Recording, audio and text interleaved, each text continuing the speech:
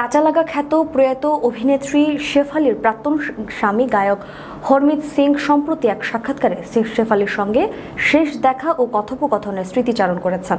তাদের সম্পর্কের তিক্ততা ছাপিয়েও কিভাবে শেষ মুহূর্তে একটি হৃদ্যতাপূর্ণ আলোচনা হয়েছিল তা তিনি তুলে ধরেন। বিনোদন জগতে কাঁচালাগা গানের মাধ্যমে একসময় ঝড় তুলেছিলেন শেফালি জারিওয়ালা। তার আকস্মিক মৃত্যুতে শোকাবদ্ধ হয়ে পড়েছিলেন গোটা ইন্ডাস্ট্রি। ইউরোপে থাকার শেফালি মৃত্যুকৃত অংশ নিতে না পারলেও তার প্রাক্তন স্বামী হরমিত সিং এই শোক প্রকাশ করেছিলেন। শেফালির সঙ্গে কাটানো প্রতিটি মুহূর্তে তার জীবনের অবিচ্ছেদ্য অংশ হয়ে থাকবে বলে তিনি জানান। সম্প্রতি এক সাক্ষাৎকারে হরমিত জানান, বছর দুয়েক আগে একটি শোর জন্য তিনি বাংলাদেশ গিয়েছিলেন। সেখান থেকে ফেরার পথে বিমানে শেফালির সঙ্গে তার অপ্রত্যাশিত দেখা হয়। সেই বিমান যাত্রায় তারা পাশাপাশি বসেছিলেন এবং দীর্ঘক্ষণ কথা বলেন।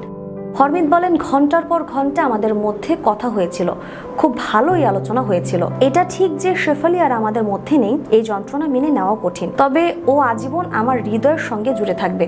উল্লেখ্য, 2004 সালে হরমিত সিং এর সঙ্গে শেফালির বিয়ে হয়েছিল। প্রায় 5 বছর সংসার করার পর 2009 সালে তাদের বিবাহ বিচ্ছেদ ঘটে। শেফালির ক্যারিয়ার যখন মধ্যগণনে তখনই হরমিতের সঙ্গে তার পরিচয় হয়েছিল, তবে তাদের দাম্পত্য জীবন সুখের ছিল না বলেই জানা যায়।